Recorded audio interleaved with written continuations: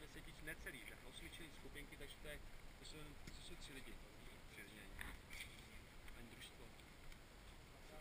Tak tomu můžeme říkat 8, 4, 2 a 1. 8, 4, 2. 8, 4, 2. Když má na 4 nás málo. Tak v tom případě je nás fakt málo, tady se musí rozdělit na 2 skupinky. Každý si rozdělí svou jednotku na 2 skupiny.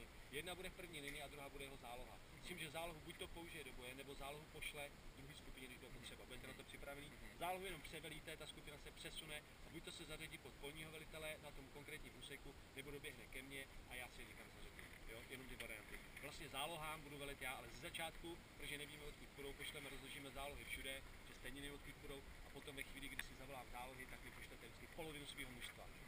Ve chvíli, kdybyste zjistili, že už to s tím zbytkem ani neuhlídáte, jakože i bez boje to nemáte šanci pošéfovat, tak už musíte nahlásit, že tam nemáte lidi. Ale jakoby v podstatě vždycky, když budu říkat zálohy, tak vždycky se snažte, i kdybyste jim poslali zálohy, zase zkuste si vyčlenit zálohy pro sebe, když to řeknu. Jo? Snažte se na každém tom svém úseku, pokud není pod palbou, mít vzadu zálohu, kterou můžete někam poslat, ať už někam jinam, anebo si ji pošlete na svůj část úseku, kde musíte se bránit. Že Afgánců je sice taky v uvozovkách jenom 25, a mají tu obrovskou výhodu, že můžou zaútočit na jednom místě všichni. pravděpodobně kručí. Je to možné, ale co zvolí Čundras, to nevím. Jsou 2 varianty, buď to nám bude dělat někde klamný útok, ale nebo takhle. Můžou dělat 3 varianty, co od něj čekám. Jedna nepravděpodobná, že si rozloží pár lidí všude, aby nás všude otravoval, měl nějaký snajpery a pak s velkou skupinou bude vždycky někde útočit.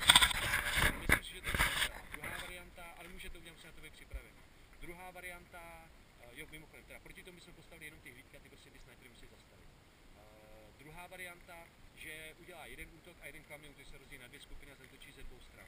To je pravděpodobnější a my tím pádem nebudeme vědět, kdy útočí skutečně dovnitř a chce něco zničit a kdy jenom nás jako se snaží odlákat nám posily. Třetí varianta, na tu druhou variantu prostě už musíme reagovat operativně. A třetí varianta, že prostě veme všechny lidi do jednoho a narve do jednoho. Tam je nejhorší, že my musíme odhadnout, že to je opravdu ten plný útok,